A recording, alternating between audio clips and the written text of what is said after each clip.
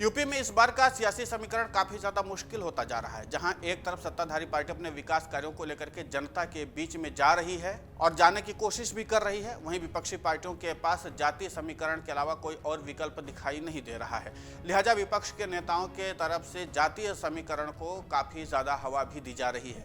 ऐसे में अब लड़ाई आकर के सियासी कद पर आकर के टिक गई है। सियासी कद के मायने ये होते हैं कि कोई भी नेता अपने खास जातीय समुदाय के बीच में पकड़ के आधार पर अपनी जीत को सुनिश्चित कर सके या किसी को चुनाव जिता सके। दरअसल उत्तर प्रदेश में 5 चरणों के लोकसभा चुनाव बीत जाने के बाद अब अगले 2 चरणों का चुनाव पूर्वांचल के इलाके में होना है। छठे या 7वें चरण में 27 लोकसभा सीटों पर सियासी दलों का इम्तिहान होना है।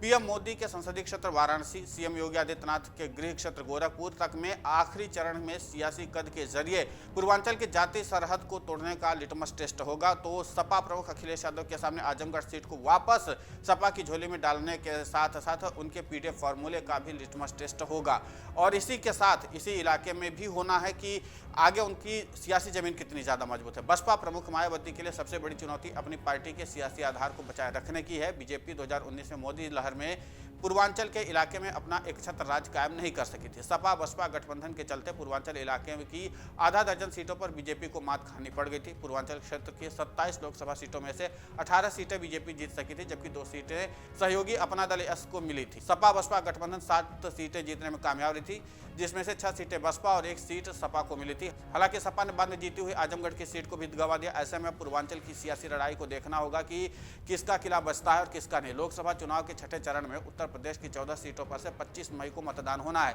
7वें चरण में 13 सीटों पर 1 जून को वोटिंग होगी। 6वें चरण में सुल्तानपुर, प्रतापगढ़, फूलपुर, प्रयागराज, अंबेडकर नगर, श्रावस्ती, डुमरियागंज, बस्ती, संत कबीर नगर, लालगंज, आजमगढ़, जौनपुर, मछली शहर, भदोही में भी चुनाव है। 7वें चरण में वाराणसी, गोरखपुर, मिर्जापुर, चंदौली, घोसी, गाजीपुर, महाराजगंज, कुशीनगर, देवरिया, बांसगांव, सलेमपुर, बलिया और रावटगंज सीट पर 1 जून को मतदान है। बीजेपी 2019 के चुनाव में पूर्वांचल के इलाके में अपना एकछत्र राज्य कायम नहीं कर सकी थी। सपा बसपा गठबंधन के चलते बीजेपी पूर्वांचल के इलाके की 7 सीटों पर मात खा गई। छठे चरण की अंबेडकर नगर, श्रावस्ती, लालगंज, जौनपुर सीट बसपा जीती थी, तो आजमगढ़ से सपा ने जीत दर्ज किया था। 7वें चरण में गाजीपुर और घोसी सीट पर बसपा के खाते में गई थी। सपा बसपा दोनों तब साथ में थे, लेकिन इस बार दोनों अलग अलग चुनाव लड़ रहे हैं। सपा कांग्रेस मिलकर के मैदान में उतरी हैं, तो बीजेपी ने ओम प्रकाश राजभर की पार्टी सुभाषपा यानी अनुप्रिया पटेल की पार्टी, अपना दल एस और संजय निषाद की पार्टी के साथ हाथ मिला रखा है। यूपी में अंतिम 2 चरणों में जिन 27 लोकसभा सीटों पर चुनाव होना है, उसमें से 24 सीट पर बीजेपी और 2 सीट पर अपना दल एस और 1 सीट पर राजभर की पार्टी के प्रत्याशी मैदान में। वहीं सपा 22 सीट पर उम्मीदवार उतार रखे हैं, तो 4 सीटों पर कांग्रेस के प्रत्याशी किस्मत आजमा रहे हैं। इसके अलावा 1 सीट पर टीएमसी चुनाव लड़ रही है। पूर्वांचल में ओबीसी, दलित और सवर्ण वोटर काफी अहम भूमिका में हैं, जिसके आधार पर ही राजनीतिक दलों ने अपनी सियासी बिसात को बिछा रखी है। ओबीसी के इर्द गिर्द सिमटी है पूर्वांचल की पूरी सियासत। दरअसल पूर्वांचल की सियासत ओबीसी के इर्द गिर्द सिमटी है। माना जाता है कि इस पूरे इलाके में करीब 50% से ज्यादा ओबीसी वोट बैंक है।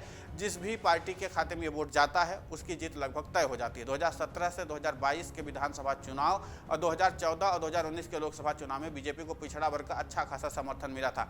नतीजतन केंद्र और राज्य की सत्ता पर मजबूती से काबिज हो गई बीजेपी। ऐसे में बसपा ने भी पूर्वांचल के सियासी समीकरण को देख करके अपने उम्मीदवार उतारे हैं। सपा ने अपने कोटे की 22 लोकसभा सीटों में से 14 सीट पर गैर यादव ओबीसी प्रत्याशी उतार रखा है, तो 4 सीट पर दलित उम्मीदवार हैं। इसके अलावा 1 यादव, 1 मुस्लिम और 1 ब्राह्मण और 1 राजपूत प्रत्याशी भी मैदान में हैं। कांग्रेस ने अपने कोटे की 4 सीटों में दलित, ओबीसी, भूमिहार और ठाकुर 1-1 उम्मीदवार हैं। इस तरह से सपा प्रमुख अखिलेश यादव पीडीएफ फॉर्मूले के तहत सियासी बिसात पूर्वांचल में बिछाए हुए हैं।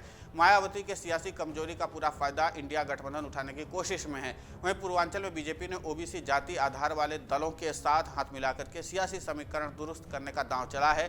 पीएम मोदी खुद काशी के रण क्षेत्र में हैट्रिक लगाने के लिए उतरे हैं, तो सीएम योगी का गृह जनपद गोरखपुर है। बीजेपी अपने दिग्गज चेहरों के साथ सहयोगी दलों की जमीन को भी परखने की कोशिश करेगी। मिर्जापुर, रॉबर्ट्सगंज में अपना दल एस चुनाव लड़ रही है। वहीं घोसी में सुभाषपा प्रमुख ओम प्रकाश राजभर के बेटे अरविंद राजभर चुनाव लड़ रहे हैं। ऐसे में देखना है कि जाति बिसात पर खड़ी पूर्वांचल की सियासी जमीन पर किसका पलड़ा भारी पड़ता है और किसको यहाँ पर एक बार फिर से सफलता मिलती है। हालांकि इस बार कांटे की टक्कर मानी जा रही, चाहे वो विपक्षी गठबंधन इंडिया हो या फिर एनडीए के लोगों की तरफ से जो प्रयास किए जा रहे हैं। एग्जिट पोल 2024 1 जून शाम 6 बजे से।